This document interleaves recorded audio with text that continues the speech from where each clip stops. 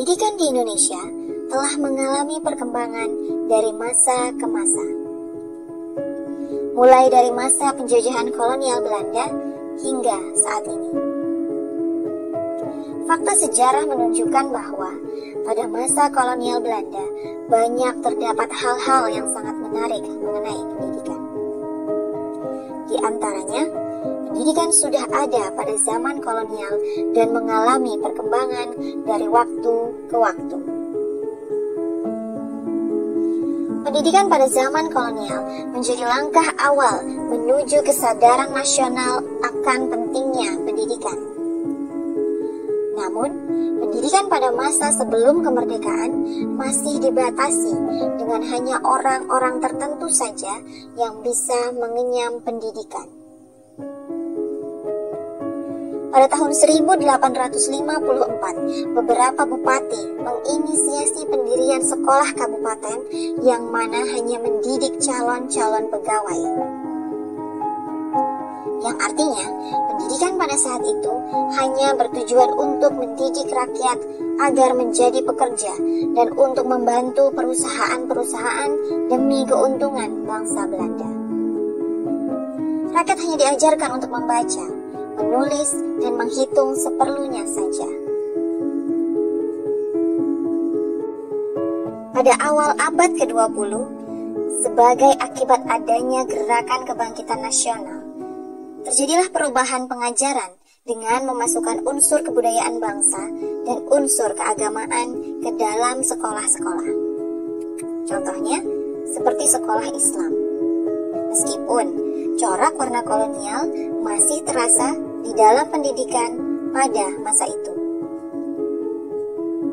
Baru pada tahun 1920 timbullah cita-cita baru yang menghendaki perubahan radikal dalam pendidikan dan pengajaran. Cita-cita baru yang seakan-akan merupakan gabungan kesadaran kultural dan kebangkitan politik.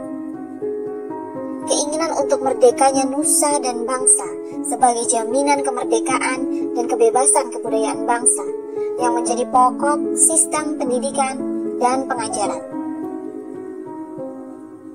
Sehingga pada tahun 1922 terciptalah Taman Siswa di Yogyakarta yang menjadi sebuah gerbang emas kemerdekaan dan kebebasan kebudayaan bangsa. Taman Siswa hadir sebagai jiwa rakyat untuk merdeka dan bebas.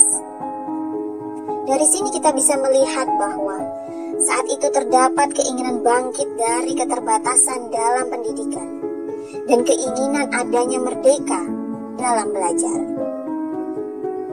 Pendidikan yang memerdekakan sudah ada sejak zaman dahulu sesuai dengan konsep Ki Hajar Dewantara. Menurut Ki Hajar Dewantara, pendidikan adalah daya upaya untuk memajukan perkembangan budi pekerti, kekuatan batin, pikiran, intelektualitas, dan jasmani anak-anak.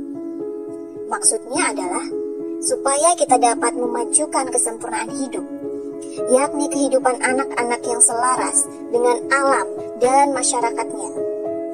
Kemerdekaan bangsa tidak cukup hanya berupa kemerdekaan politik, tetapi harus berarti pula kesanggupan dan kemampuan untuk mewujudkan kemerdekaan kebudayaan bangsa.